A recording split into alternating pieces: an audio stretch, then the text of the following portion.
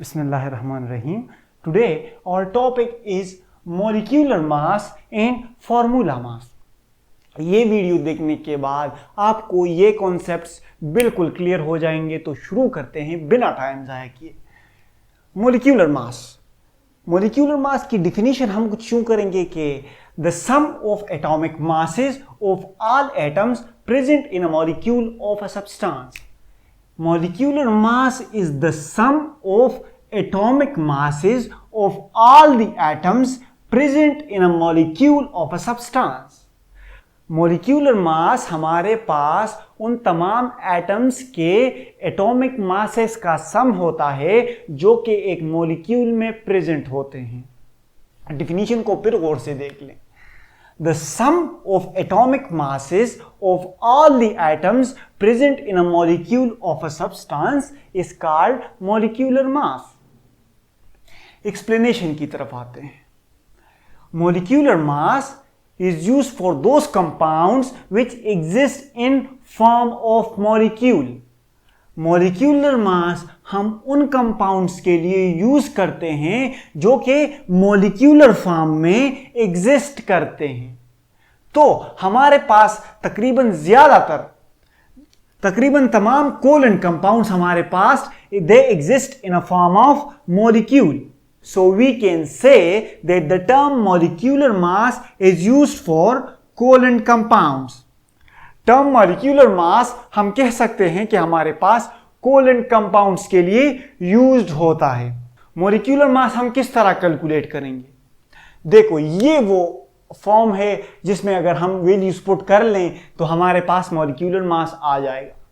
Molecular mass is equal to atomic mass of first atom multiplied by number of its atom plus atomic mass of second atom present in a molecule multiply by number of its atoms plus atomic mass of third atom multiply by number of its atom plus atomic mass of fourth atom multiply by number of its atom and so on.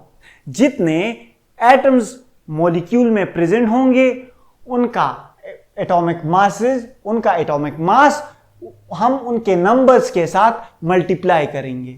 Example देखो, C2H4 ethene, ये हमारे पास ethene की example है।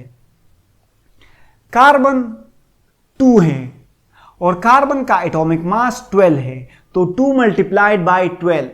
अब यहां hydrogen 4 है, hydrogen का atomic mass 1 है, 4 multiplied by 1, 2 multiply by 12 is equals to 24 and 4 multiply by 1 is equals to 4, 24 plus 4 is equals to 28 AMU is the molecular mass of ethene. इसी तरह वाटर हाइड्रोजन की तादाद यहां 2 है और हाइड्रोजन का एटॉमिक मास 1 है। Atomic mass multiply by number of its atom. इसी तरह atomic mass multiplied by number of its atom. Oxygen का एटॉमिक मास 16 है और number of atoms oxygen, water में नंबर ऑफ ऑक्सीजन एटम क्या होते हैं? 1 होता है। तो 16 मल्टीप्लाइड बाय 1, 2 हाइड्रोजन का एटॉमिक मास 1 है और इसकी तादाद 2 है, 2 multiply by 1 is equals to 2 plus 16 multiplied by 1 is equals to 16, 2 plus 16 is equals to 18 AMU is the molecular mass of water. ये तो हमने molecular mass पढ़ लिया। हमें पता चला कि molecular mass हम कोवेलेंट कंपाउंड्स के लिए यूज करते हैं। अब आते हैं फार्मूला मास की तरफ। Formula mass is the sum of atomic masses of all the ions means atoms. Ions क्या होते हैं? हमारे पास एटम्स ही होते हैं ना। The sum of atomic masses of all the ions present in a formula unit of a ionic compound. हमारे पास formula mass वो मास होता है जो हमारे पास आइंस के एटॉमिक मासेस के सम से आता है।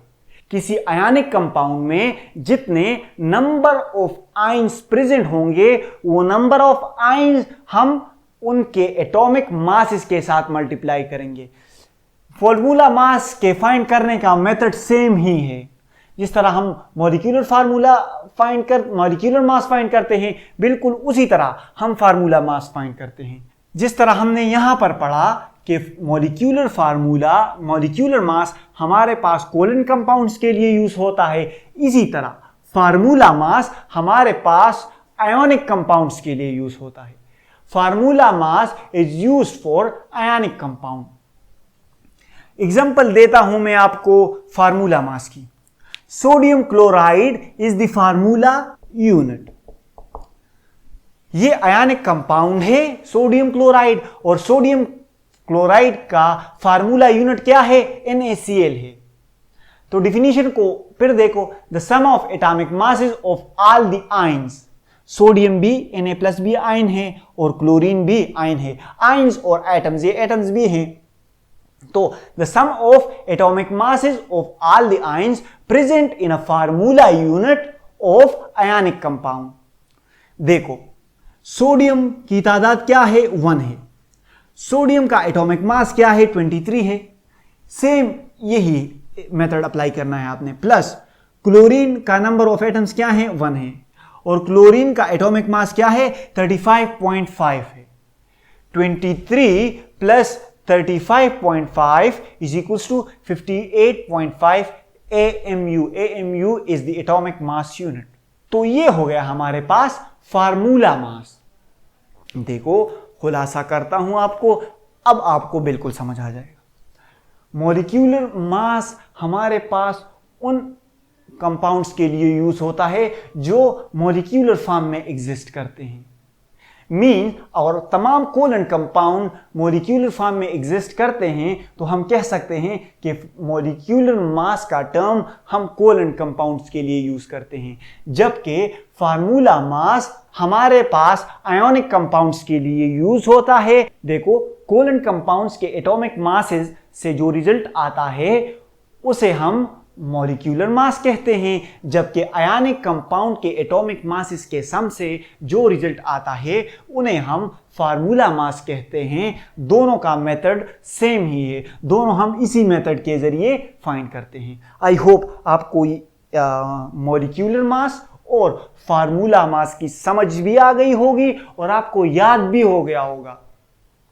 और हाँ, जाने से पहले मैं आपको एक बात बताता चलूं, प्लीज चैनल को सब्सक्राइब करके जाएं और बेल आइकन भी दबा दें ताकि आपको नोटिफिकेशन आती रहे। Thank you so much. That's it for today.